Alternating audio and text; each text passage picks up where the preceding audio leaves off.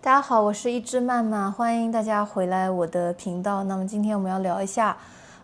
我最近有的一个领悟，就是说无聊的这件事情的价值。那么我们最近在放假嘛，然后上一周其实就是我们学期的最后一天，然后周五我带了一个班。我其实给那个班上了一节非传统的一个数学课，因为你知道，一般学期的最后一周，小孩都很辛苦，都很累，然后老师也没有什么心思去认认真真的备课、讲课，然后给他们上课做题，做完题目还要辅导和改，对吧？大家都处于一个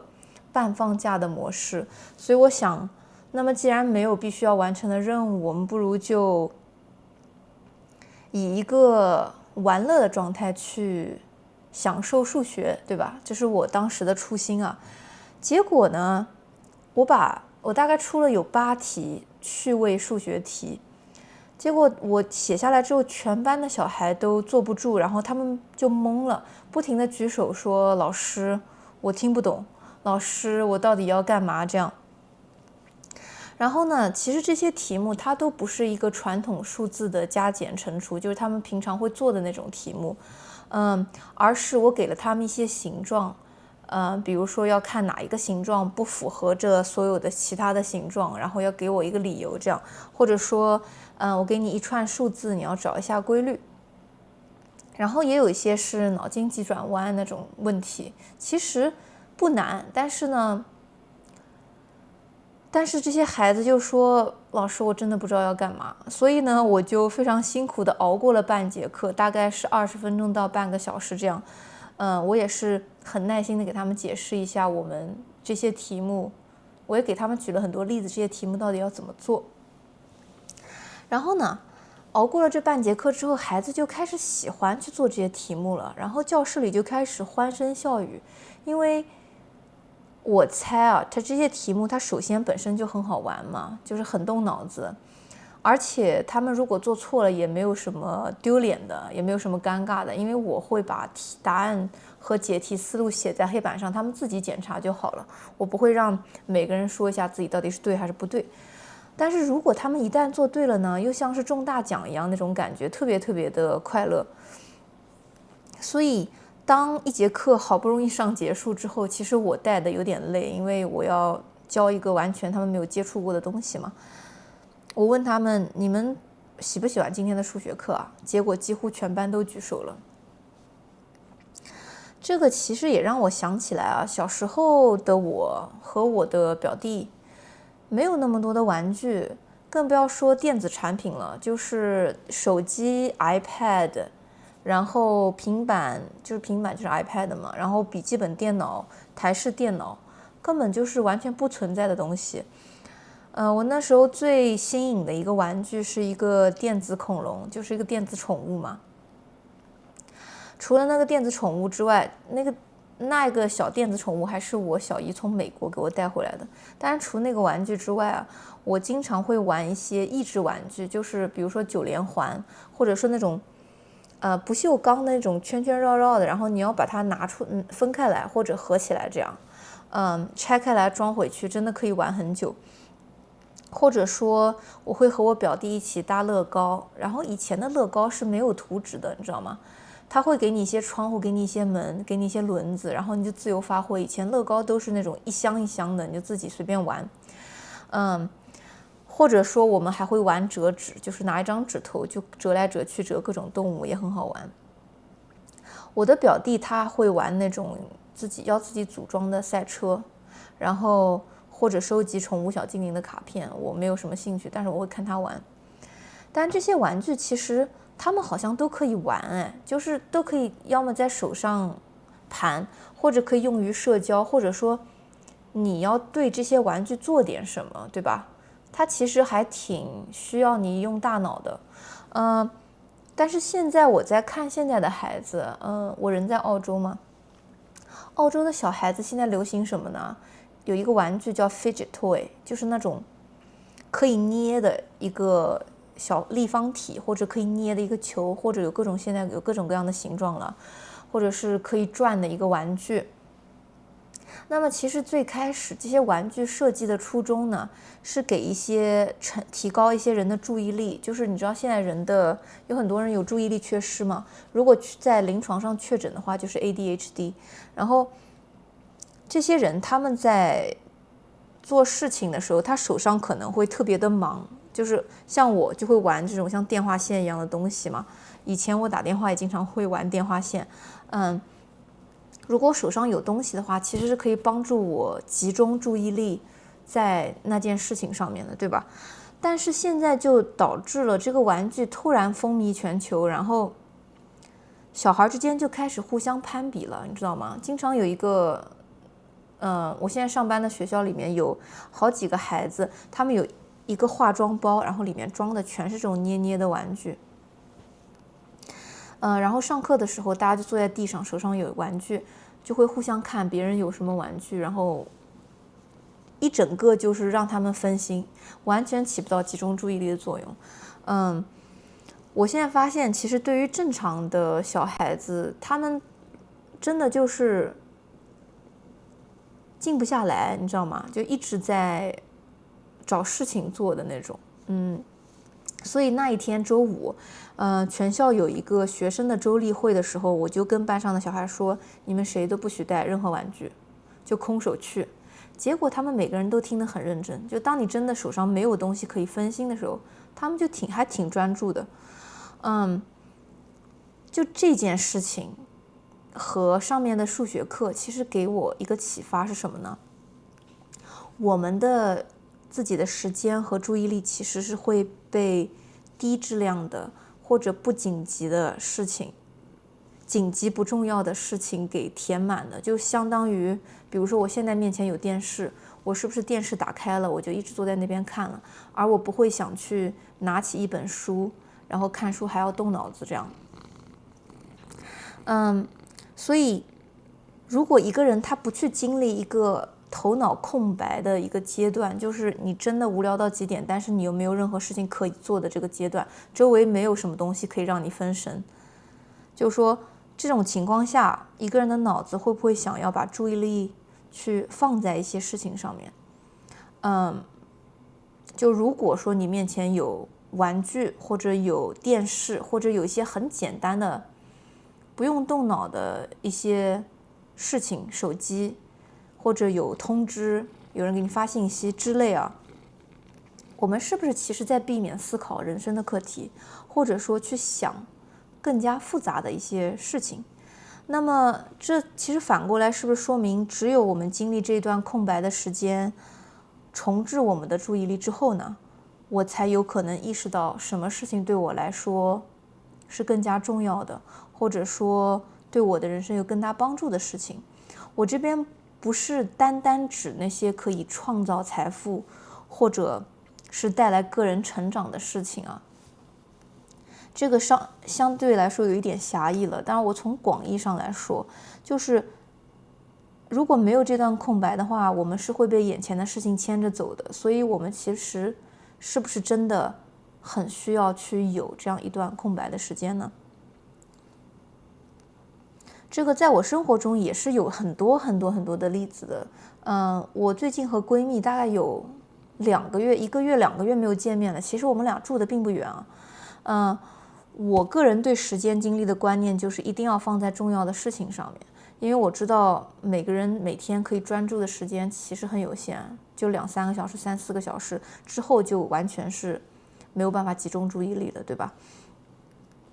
之后你其实可以做一些低质量的重复劳动啊，然后因为大脑的电池也会慢慢耗尽嘛，然后在社交上我们也是会需要用到一些大脑的电量的。我是属于宁愿无聊到没事做呢，我也尽量避免无意义的这个忙碌。而我的朋友是属于那种，如果周围的人有需要，他就是会有求必应，或者说他甚至会主动要求去做，去帮别人或者陪伴别人。虽然说这也是我们俩关系很好的原因啊，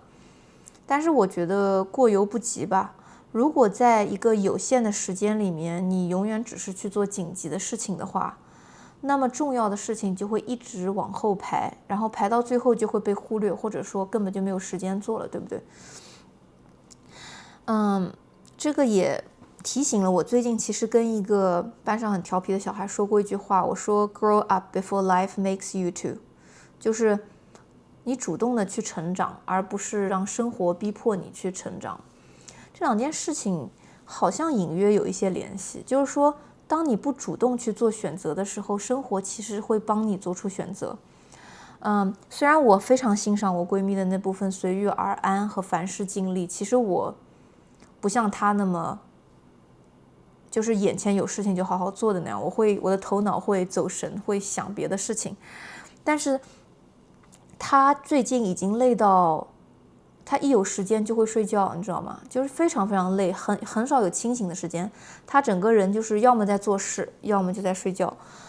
醒来了之后呢，就去做家务或者去做应酬，直到下一次继续昏睡。我就觉得她这样子肯定很明显是有一点过度劳累了，对不对？所以我就觉得，如果一个人，无论他是一个孩子还是一个成人，如果他没有一个独立思考的能力呢，他是不是人生的走向就是被生活的洪流推着往前走呢？读很多很多的书，就像我们读了很多年的书吧，从6岁到22岁，我们读了16年的书，然后毕业之后就立即去找一份工作，开始上班，领工资，交账单，或者甚至存下一些钱之后买房供房，对吧？这好像就变成了一个我们没有办法跳出来的循环。我今天才有一个朋友跟我说，他说普通人不就是上班换面包吗？然后我们还能怎么办呢？但是其实我是说，以上上班拿工资供房生小孩，或者以小孩为中心，或者完全没有自己的时间，它不是对错好坏，而是看他是不是一个人主动的选择。有的人真的就是很喜欢孩子，很愿意花时间去培养、陪伴、照顾小孩，这个无可厚非，对吧？这个就是个人的喜好嘛。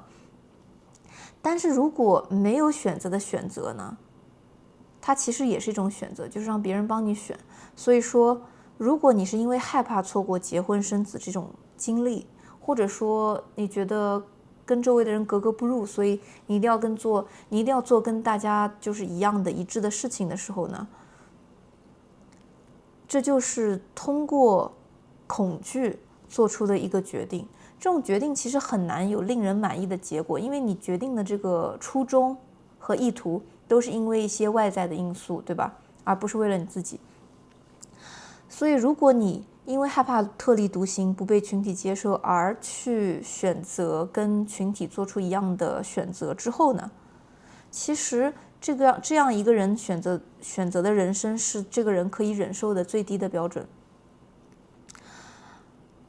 这甚至都有点像一个人他被困住一生的故事。而如果你镜头前的你，我身边的人，就是如果你想破除这个循环的方法是先停下来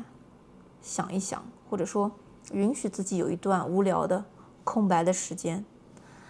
我今天其实也听到一个播客，这个播客说到现在的教育是在工业革命之后发展出来的嘛，因为为了社会的发展，培养听话和守时的工人，然后呢，当工厂慢慢把这个经济带上来之后，这些工厂就变成了公司，然后公司雇的就不是工人，是员工，但其实本质还是一样的，对吧？而现在在突然这个人工智能的冲击下，这个模式好像开始受到冲击，因为你老老实实的完成教育之后，好像也不能保证找到工作。然后现在很多很多的劳动和工作的岗位都是被 AI 替代了，对吧？我的一个朋友，他是在澳洲做 IT， 他是读了一个学位，然后又读了1年这个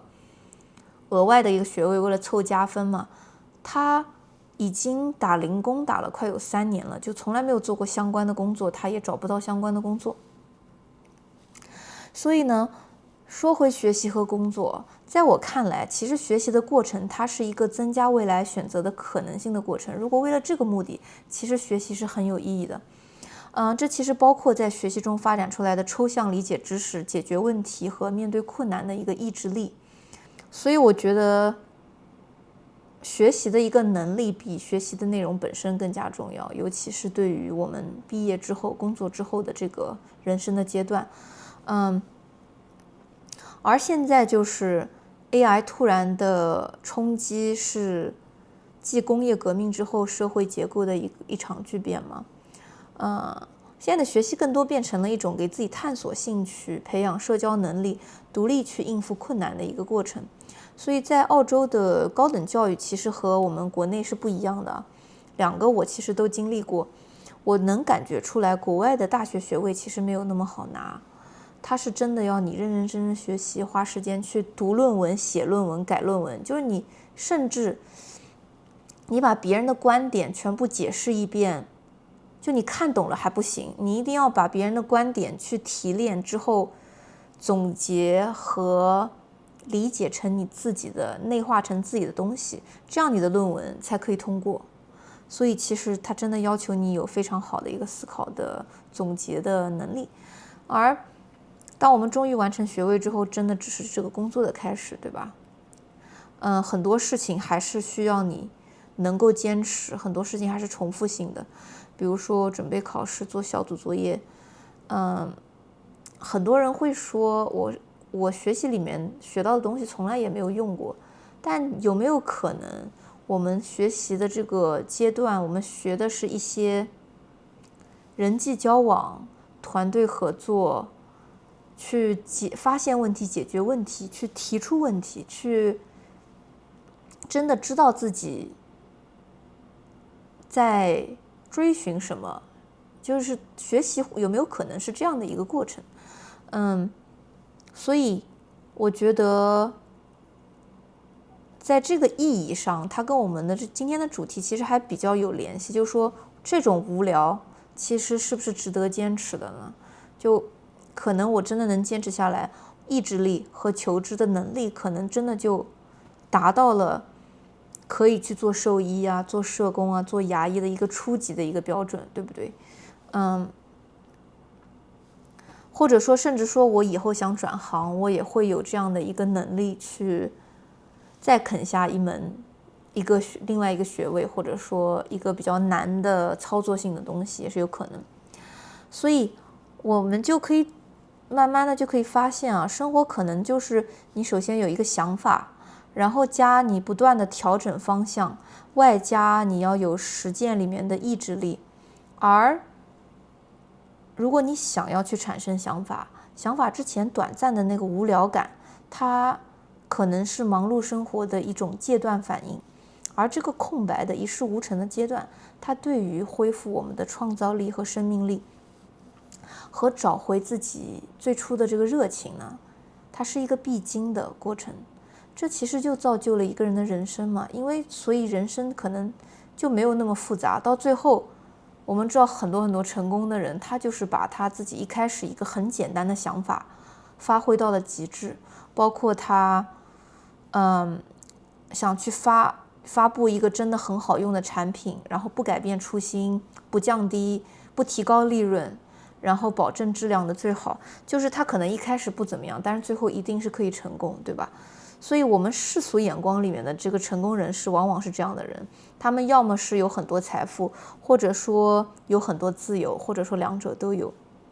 也有可能他会受到很多人的爱戴，这个完全是个人的选择，但是前提是你得要能听见内在的那个声音，听从那个内在的声音去驱使你去做那样一件事情。而内在的声音其实只有在大量空白的时间里才会慢慢的浮现。所以如果知道自己要什么和有机会去这样做，大概是最简单也最困难的一条路吧。所以对于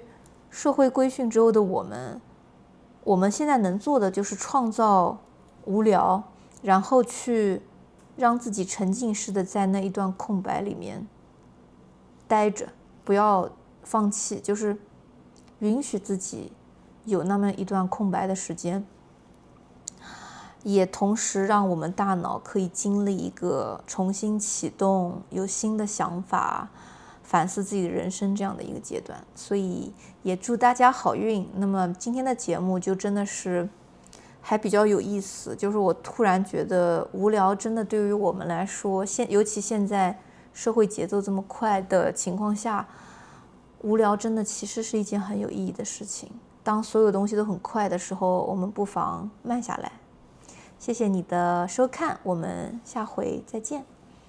拜拜。